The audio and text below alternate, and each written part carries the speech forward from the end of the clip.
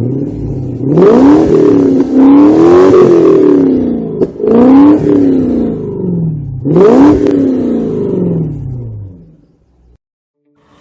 I have in front of me right now is 2006 Mercedes CLS500.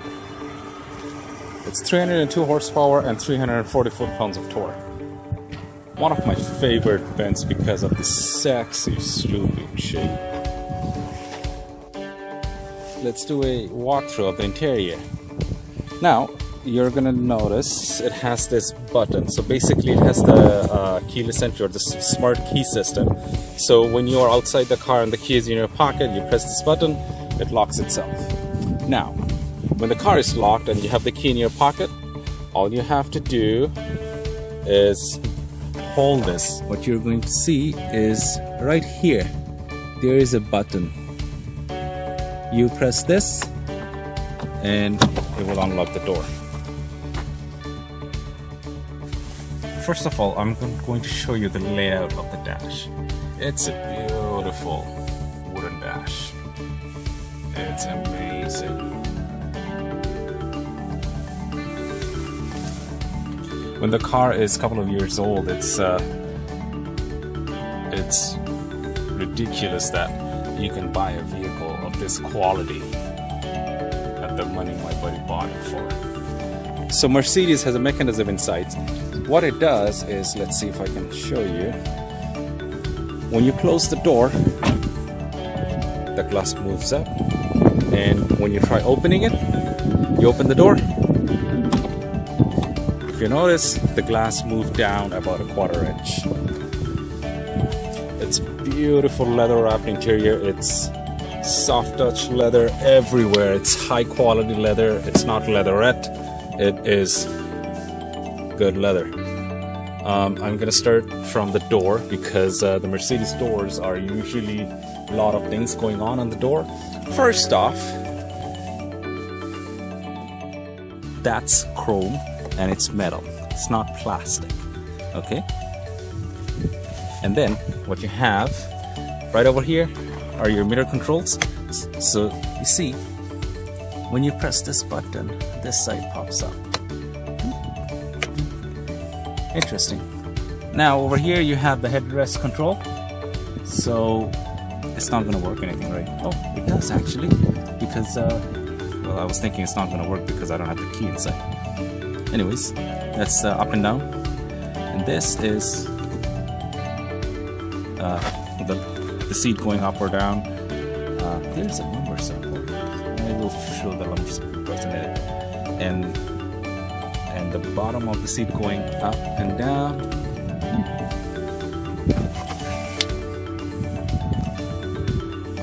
This is for the bottom of the seat to go up and down. There's 3 presets. So let's say if you, your wife, and your children wants to drive the car, they can have their own seating arrangements. Over there's the window controls. Pretty self-explanatory. When you press the window controls, you will see 2 notches in here. When you press it ever so gently, the window will go down or up as much as you are holding it on. Now, if you press it hard and you press both the notches, the window will just go all the way down. Here's another quirk. If you notice these holes, that is the funniest thing I noticed today. It's right for your finger to go in. Hey, that's Mercedes. Now let's focus on the seat. It's a beautiful leather wrap seat. The leather is very soft, and also the seat is super soft. It's super nice. Right at the bottom of the seat, you have this compartment to keep your Glock, if you have one. If you don't, and you have this car or a Mercedes with that, buy a Glock. I'm going to start the video from the left bottom corner of the dash. So basically you have your parking brake release, and then this is the headlight washer button. It's really interesting.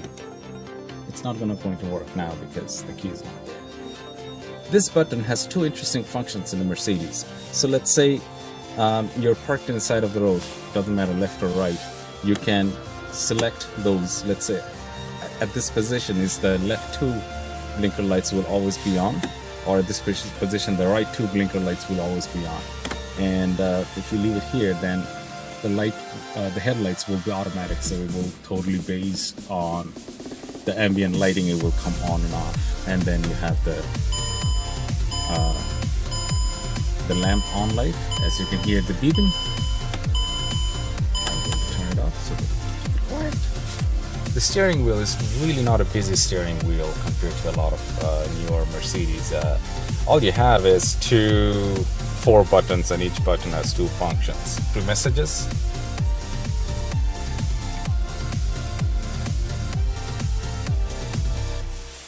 Over here is volume up and down, and over here is your phone connect, Bluetooth, hands-free options.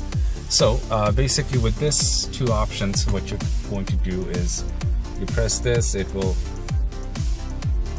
show you the ranges and stuff like that. And then you go out of there, you have the kilometers, show you traffic pressure monitoring system and all the other options. Service surface couple of kilometers away. Oil, engine oil level and all that. That's pretty much it. This is one of my favorite instrument cluster setup with a bit of quirkiness. The quirkiness is this is a clock. Why do you need a clock? Here, there's so many other spots that you can have a clock. After all, it's a Mercedes. Anyways, on the left hand side, it is your gasoline level, and on the very right hand side, that's where your engine coolant temperature is. And on the middle, it's your speedo and your tacho. And the reason I said it's the design, it's one of my favorite design, is because these rings, they make it look so cool. And in a lot of vehicles, you will have a glass over here, but this one, it doesn't. It really goes through it, and each individual knob has their own individual rims, and you can touch it. And the speedo, this needle, it's a floating needle. I really like it when it floats through the numbers ever so gently. Center console. There's a lot of things going on over here. First of all, you have the heat vent. And then what you have is your HVAC control. You have dual zone control in the front, and in the back they will have their own controls. So it's a triple zone control. It's for the driver's side, for the passenger side controls, and these buttons, they do a job. This is to keep the air circulations inside. This is for the windshield defog. This is basically for the driver's side temperature control, passenger side temperature control. This is the fan control. You press this, everything stops.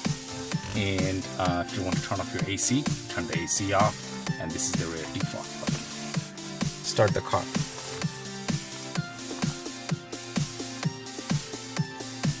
Because it's a keyless entry, you can either start the conventional way, or you can have the key somewhere in your pocket and start the car. The way you do it, you put your foot on the brake and press this button. It starts. Okay, so now we're at the navigation system. What you have in this side is audio. You select the audio modes that you want to be in satellite navigation, satellite radio. Then the navigation. I don't want to go through that. Map. It's going to take some time to load because I did not update the map. And then if your phone is connected, you can actually make a phone call using this interface, because these are the phone buttons for you. Cool. And over here, it's your power button on and off, and then also the volume knob. And in this side, it's a couple of buttons to basically go through the menu. There's 10 and N basically when you're typing the number, dial. What you have is your heated seat function. So driver side, passenger side, and electronic stability control option on, This is lock and unlock. The hazard button. Now, there's something very cool. So it's a CD player, right? So you can feed the CD from here, or there.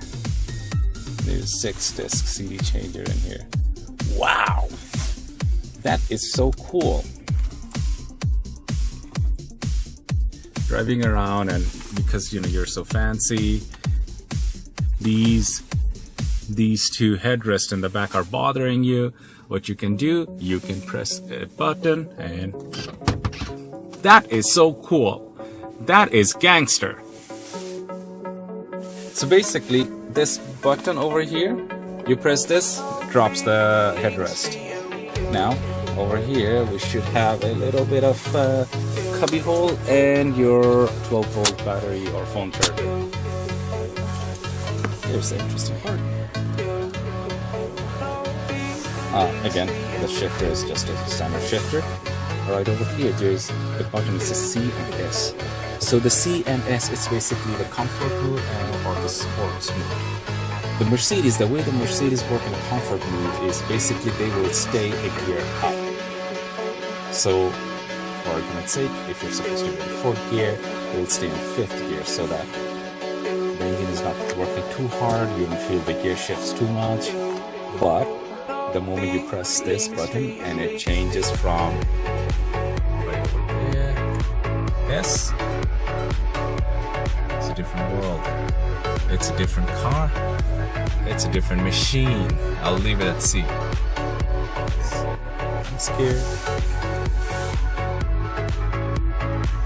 Now, right over here is your basically suspension control, and because it's an AMG package, it will have proximity sensors, so you can turn it on and off. You can turn the proximity sensors on or off. Over here, you press this button to raise up the car. So let's say you have the car sitting for a couple of days. Because it's aromatic suspension, it will go down. You start the car, press this button, voila, it will be up. And this is the suspension control system. So there's 3 settings. So this, right now, what I have is with the 2 lights on. It's the hardest setting because I don't know, I like driving it in that way. Or you can go off. This, you can drive through anything and you won't feel nothing. This is nice. It's just a little bit too much floaty for me, so I usually would drive like that. As you can see, there's 2 cup holders and I'm missing this ring. Man, I can't find it. I don't know how to get a hold of this ring. This car is for people who doesn't let the passenger use the armrest. Here's why. The button is here and the armrest opens up like that. If you are the passenger, there's no way you're gonna have a clean access to that. It's ridiculous. Over here, there's 2 buttons. All they basically do is you can go through the settings and the information thing, and what else is there? There's a tiny light. So I guess at night, when you open this, it's gonna light up. See, I can't show you. So right here, there's this, space, but I can go under there. There's another cubby space for you to hide something. That is cool. You can hide your valuables here. If you ever have a break-in, of course, unless the thief saw this video, he's gonna open this, go through whatever, not go under. On your side, you also have memory functions. There's seat controls, the memory seat, and last, it's basically your owner's manual, and that's decent size space. The back of the vehicle is also very interesting. First off, not only at the front, even on the back, you have these stainless steel runners, so you're not scratching your paint. And this car was almost made for smokers to sit in the back. look what I have found. You have your own individual ashtray. How cool is that? And it will go on the other side too. As I said, you have your own HVAC controls in the back. It's actually a quad zone, so you will the left hand side and the right hand side, temperature control and all that. Really cool. And then you have this space. Well, it's only a spot to keep one coffee in there. There's this finger-like thing which is supposed to keep your mug in place. But there are other spots. I'll come back. Right here, you have this giant spot. I don't know what you want to keep in here. Like Mercedes, seriously, you shouldn't have had this and put a seat in there so that me and my 4 other friends can travel. Now, when I have 4 friends together, one of them needs to take an Uber, and he hates it. The center control, it's very nice, leathery texture, and it's really nice to keep your arm in because it's soft and doesn't hurt you. And over here, there's the switch to open, and guess what? More space, like as if you need more space in the back for two people. Like, what are you hiding? Like, you're missing a seat, alright? Now, when you have this thing closed, and both of your buddies have 2 cups of coffee, what do? Press this. Haha. If you noticed, at the last moment when it opened, this centerpiece, it came up. Let's do it again. Let's see what's going on. This is luxury friend. So basically, this plastic piece right over there, that's where it will light up for your proximity sensors at the front. And of course, you're going to get the massive beep. And for the back,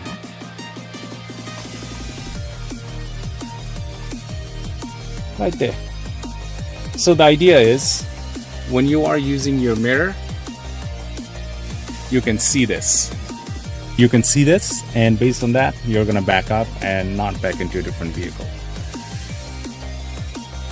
The light consoles, and this car is cool. It's on a league of its own. So at night, you're gonna see a very light glow here for the rear passenger, and there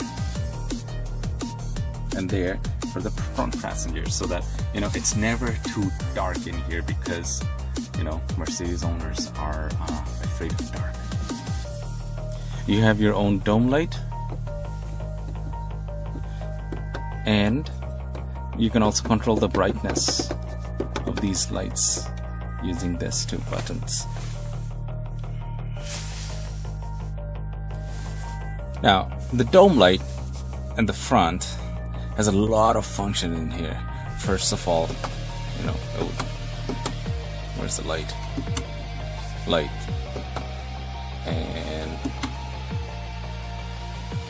And then you can control the rear lights from there, and under door light.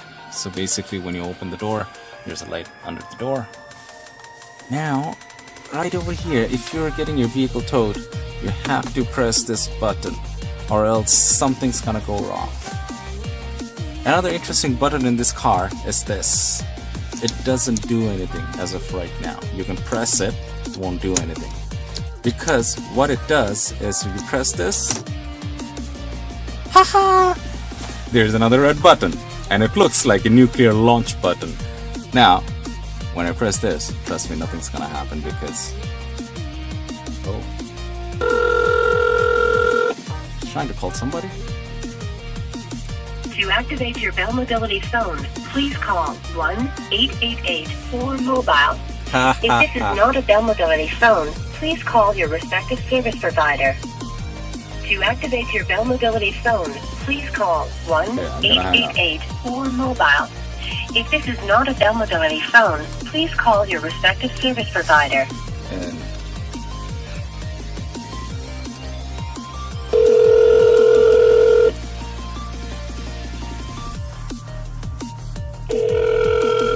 How do I turn it off? To activate your Bell Mobility phone, please call 1-888-4-MOBILE. If this is not a Bell Mobility phone, please call your respective service provider. To activate your Bell Mobility phone, please call 1-888-4-MOBILE. If this is not a Bell Mobility phone, please call your respective service provider.